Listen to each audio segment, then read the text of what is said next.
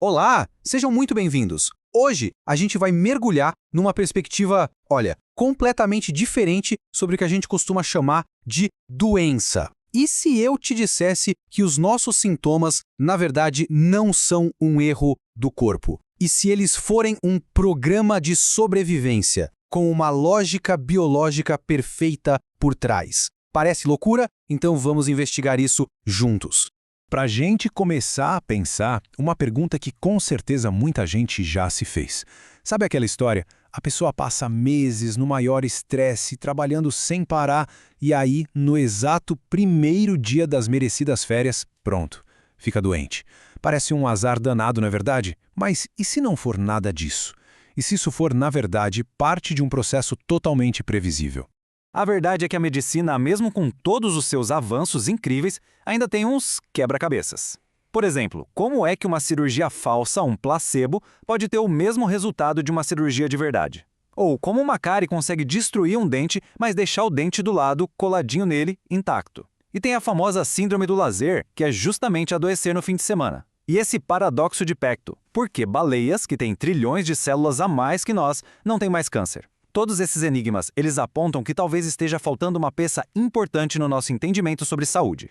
E essa peça que falta, talvez ela esteja na lógica da biologia. A proposta que a gente vai explorar é que muitas das nossas doenças, na verdade, são programas de sobrevivência super antigos que a gente herdou dos nossos ancestrais animais. Programas feitos para nos ajudar a passar por situações bem difíceis.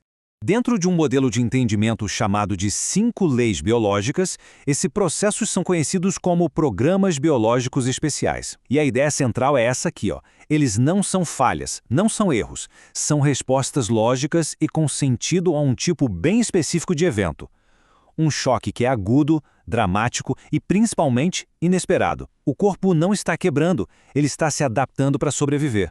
E aqui a gente chega num ponto fundamental, a comparação. Pensa na natureza. Lá, um conflito é rápido, é intenso, mas é curto. Um veado sente um medo de morte por minutos durante o incêndio e o pulmão dele se adapta para ajudar na fuga. Uma mãe raposa se preocupa por alguns dias com o filhote ferido e as glândulas mamárias produzem mais leite. É pontual, resolve e acaba. Agora, e nós, humanos? A gente consegue manter esses mesmos conflitos por meses, às vezes anos. O medo de um diagnóstico, a preocupação com um filho no hospital, isso ativa os mesmos programas. Só que a longa duração transforma essa resposta de sobrevivência no que a gente acaba diagnosticando como câncer. E olha, essa lógica não é só nossa, não. Não é ela universal, vale para todos os mamíferos. Os mesmos programas que rodam num antílope na savana também estão ativos nos nossos cães, nos nossos gatos dentro de casa. Um cachorro que do nada desenvolve um problema de pele pode estar vivendo um conflito de separação do dono, ativando exatamente o mesmo programa que um filhotinho de lobo que se perdeu da matilha. É a mesma biologia. Certo. Então, como é que esses programas funcionam na prática? Eles não são bagunçados aleatórios. Pelo contrário, eles seguem um padrão super claro, previsível, que se desenrola em duas fases bem distintas. Isso, claro, se o conflito inicial for resolvido. Tudo começa com o choque, o tal evento inesperado. A partir daí, a gente entra na fase ativa, a fase fria. É o estresse puro. Mãos e pés gelados, a mente fica obcecada no problema, o sono some, o corpo está 100% focado em resolver aquilo. Quando, o conflito finalmente se resolve, a gente entra na fase de cura, a fase quente. E aqui está o pulo do gato. É nessa fase de reparo que a maioria dos sintomas que a gente conhece aparece. Febre, inchaço, dor. É por isso que existe a síndrome do lazer. O estresse da semana é a fase ativa. O resfriado do fim de semana já é a fase de cura. Mas o que acontece lá dentro do corpo durante esse estresse todo? Basicamente, em nível celular, ele pode fazer duas coisas.